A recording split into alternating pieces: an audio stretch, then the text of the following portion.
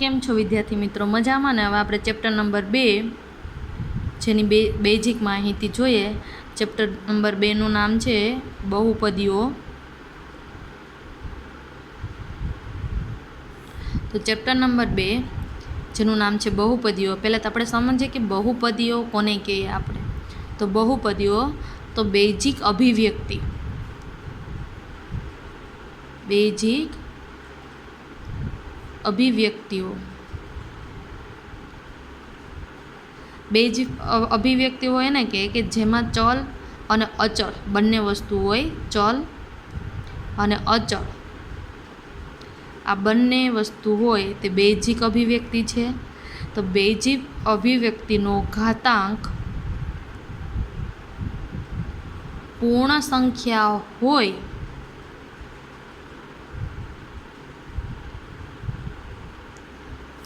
જેને આપણે બહુપદી કહીએ છીએ. મતલબ કે અહીંયા તમારી પાસે 3x છે, તો આ બેઝિક અભિવ્યક્તિ છે, +2. તો અહીંયા ચલનો ઘાતાંક 1 છે, તો આ બહુપદી છે.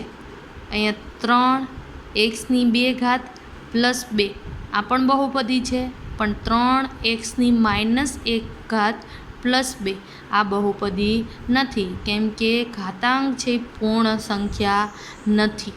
ક્લિયર? સમજાઈ ગયું કે ઘાતાંક છે એ પૂર્ણ સંખ્યા હોય તો જ એ બહુપદી છે તેમ કહેવાય. હવે તમે સમજો, અહીંયા એવું જરૂરી નથી કે બેઝિક અભિવ્યક્તિની અંદર 2 જ પદ હોય, 3 પદ ગમે એટલા હોઈ શકે. અહીંયા મેં 2 જ લીધા છે ને, મતલબ એમ નથી. આ ખાલી બેઝિક સામાન્ય માહિતી સમજી લ્યો. તમારે ખાલી આ પોઈન્ટ ઉપરથી એટલું યાદ રાખવાનું છે કે બહુપદી એને જ કહેવાય કે ચલનો ઘાતાંક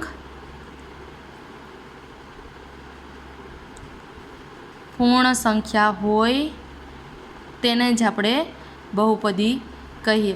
પૂર્ણ સંખ્યા મતલબ કે 0, 1, 2, 3, 4 આમાંથી કાંઈ પણ હોઈ શકે, જેને આપણે બહુપદી કહી શકીએ. જો ચલનો ઘાતાંક પૂર્ણ સંખ્યા ન હોય તો તેને આપણે બહુપદી કહી શકીએ નહીં. ખાલી આ પોઈન્ટ તમારે ખાસ યાદ રાખવાનો છે.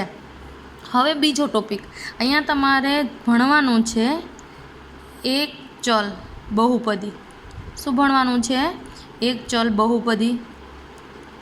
મતલબ કે તમારી પાસે બહુપદીમાં એક જ ચલ હોય, 2 ચલ હોય નહીં.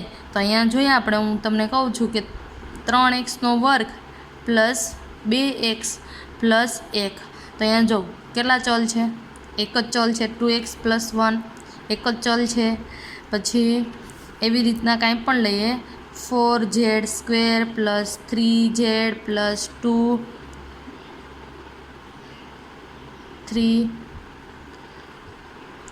2z + 1. તો આવી જ રીતના કે જેની અંદર એક જ ચલ હોય એવી બહુપદી, એક ચલ બહુપદી વિશે ભણવાનું છે. આ માટે સમજવા જેવું તો કે બહુપદી આપણે કોને કહીએ? ઘાતાંક છે એ પૂર્ણ સંખ્યા અને ચલ એક જ ચલ, આ 2 કન્ડિશન હોય એને જ આપણે બહુપદી કહીશું. આ બંનેમાંથી કોઈ એક કન્ડિશન ન હોય તો એને આપણે બહુપદી કહીશું નહીં. તો આ તમને સમજાઈ ગયું છે બહુપદી કોને કહીએ આપણે. હવે એના પછી બીજો બહુપદીની ઘાત. બહુપદીની ઘાત મતલબ કે ઘાતાંક છે એ તમારે મહત્તમ જોવાનો. બહુપદીની અંદર કોનો ઘાતાંક? બહુપદીમાં ચલનો ઘાતાંક મહત્તમ એટલે મોટો, એટલે એને બહુપદીની ઘાત કહેવાય. હું અહીંયા લખું છું કાંઈ પણ એક બહુપદી. અહીંયા મેં બહુપદી લખ્યું છે t³ - 5t + 3. તો અહીંયા બહુપદીનો મહત્તમ ઘાતાંક મતલબ કે ચલનો મોટો ઘાતાંક છે એ 3 છે. તો અહીંયા બહુપદીની ઘાત ઘાત 3 કહેવાય. ક્લિયર? સમજાઈ ગયું છે? ચલો જો અહીંયા મેં અમુક બહુપદી લખેલી છે. જો આ એક બહુપદી છે, તો એની અંદર એક જ ચલ છે, ટી એક જ છે બધા પદની અંદર, અને અચળ પદ છે. તો તમારી પાસે અચળ પદ અને ચલવાળા પદ, તો ચલવાળા જેટલા પદ છે બધામાં એક જ ચલ છે, એટલે એક ચલ છે. અને જે ચલનો ઘાતાંક છે એ પૂર્ણ સંખ્યા જ છે, તો આ બહુપદી છે. હવે અહીંયા બહુપદી છે, તો બહુપદીમાં ચલનો મહત્તમ ઘાતાંક, અહીંયા મહત્તમ ઘાતાંક છે 3 છે. તો 3 છે, તો બહુપદીની ઘાત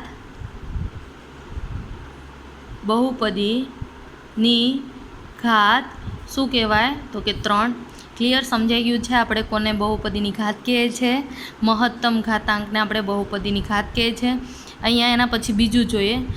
જેટલા પદ છે અચળ પદ છે, બાકીના જે ચલવાળા પદ છે એમાં એક જ ચલ છે, ચલ અલગ અલગ નથી. અને ચલનો ઘાતાંક છે એ પૂર્ણ સંખ્યા છે. મહત્તમ ઘાતાંક છે એ 2 છે. તો બહુપદીની ઘાત થશે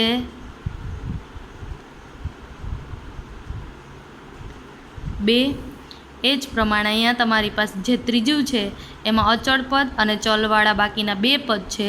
ચલવાળા 2 પદ છે એમાં એક જ ચલ છે, બીજો ચલ અલગ નથી. તો આ બહુપદીનો અંદર મહત્તમ ઘાતાંક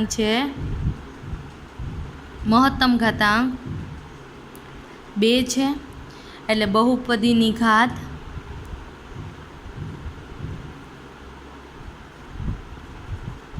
2 થશે. અહીંયા ચોથાની અંદર તમારી પાસે અચળ પદ છે અને ચલવાળું પદ છે, એક જ ચલ છે, બીજો ચલ નથી, તો બહુપદી છે અને મહત્તમ ઘાતાંક 3 છે. તો બહુપદીની ઘાત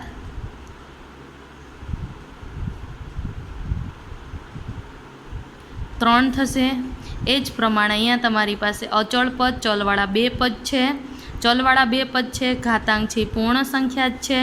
ઘાતાંક છે એ પૂર્ણ સંખ્યા છે એટલે બહુપદી છે. તો બહુપદી છે તો મહત્તમ ઘાતાંક 2 છે, એટલે બહુપદીની ઘાત